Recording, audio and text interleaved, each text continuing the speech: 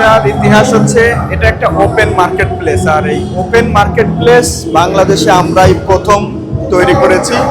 এটা global standard লেভেলে করছি।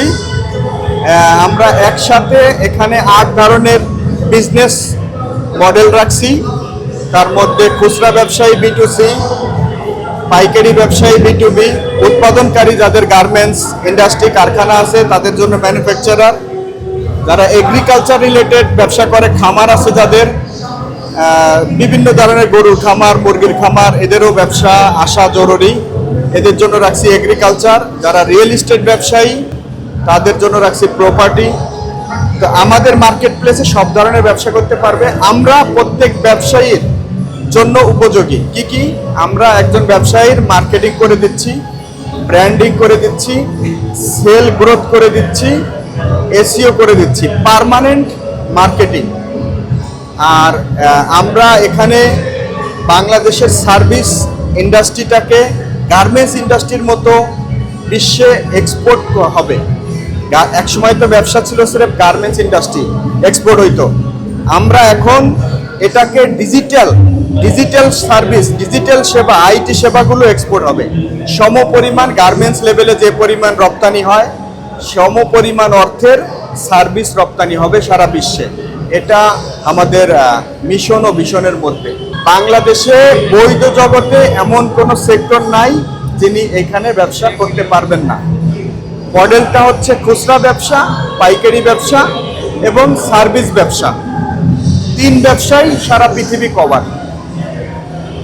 আর এটা একটা ওপেন মার্কেট প্লেস, সরাসরি কাস্টমাররা সেলারের সাথে ফোনে কথা বলে তার পণ্য ক্রয় করতে পারবেন। এটা সারা পৃথিবীতে কোনো মার্কেট প্লেস করে নাই। আপনি আলিবাবা দেখেন, অ্যামাজন দেখেন, দারাজ দেখেন, তাদের কথা আমি বলতে চাই না, বাট আপনি এরকম মডেল বড় বড় টপ লেভেল কোম্পানি দেখবেন, কেউ এমনটা করে নাই।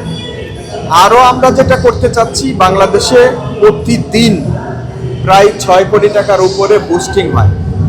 এই টাকাটা বিদেশে কোম্পানির সোশ্যাল মিডিয়া কোম্পানিদের পকেটে চলে যায়। আমরা চাচ্ছি ধীরে ধীরে এই টাকাটা যাতে দেশে সেভ হয়, কারণ রেমিটেন্স যোদ্ধারা ডলার পাঠায় অনেক কষ্ট করে, সেই টাকাটা আবার যদি ডলার হয়ে চলে যায় তো দেশের অর্থনীতি ধীরে ধীরে নিচের দিকে যায়। তা আমরা আমাদের দেশের লোকের কাছে পণ্য বিক্রি করতে যাইয়া বিদেশে টাকা দিয়ে দিচ্ছি বুস্টিংয়ের ডলারটা। আমরা চাচ্ছি এটা আস্তে আস্তে বন্ধ হয়ে যাবে, দেশের টাকা দেশে সেভ থাকবে। আমাদের আরও একটা বড় ফ্যাসিলিটি উদ্যোক্তাদের জন্য, নারী উদ্যোক্তা, পুরুষ উদ্যোক্তা, ইভেন স্টুডেন্ট থাকা অবস্থায় তিনি ব্যবসা শুরু করতে পারতেছেন। আমরা আস্তে আস্তে একটা ভেঙে দেওয়ার চেষ্টা করতেছি, যেখানে লাখ টাকা দিয়ে দোকান নিতে হবে, লাখ টাকা দিয়ে ডেকোরেশন করতে হবে, এটার আর প্রয়োজন নাই। আমরা চাই মানুষ ঘরে বসে বিজনেস করবে সারা দেশে বিদেশে। অ্যাকচুয়ালি আমরা ওপেন যেহেতু করে দিছি, আপনি একটা পণ্য কেনার সময় সেলারের সাথে ফোনে কথা বলতে পারতেছেন, ওইখানেই সিকিউরিটি হয়ে গেল। যদি তার সাথে কথাই বলতে পারেন তাহলে সে আর পালাই যাবে কই, সে আর 2 নাম্বারই করবে কোথায়। ডেলিভারি সেলার নিজেই দিবে, আর যিনি কিনবেন তিনি তার সাথে সরাসরি কথা বলেই কিনতে পারবেন। তো এখানে 2 নাম্বারের কিছু নাই। ধারাস অনেক বড় কোম্পানি, তার টুকটাক প্রবলেম হইতেই পারে, এটা বড় কোম্পানিতে হয়ে থাকে, কোনো ব্যাপার না। কিন্তু আমার এখানে ডেলিভারির দায়িত্ব একমাত্র সেলারের। স্টেট ফার্স্ট আছে, পাঠাও কোম্পানি আছে। আজকাল ডেলিভারি খুব সহজ, সারা দেশে ডেলিভারি দেওয়া যায়, খুবই ইজি। এই জন্য আমরা ওপেন করে দিচ্ছি, যার যার ডেলিভারি শেষে দিবে, যার যার টাকা সে নিবে।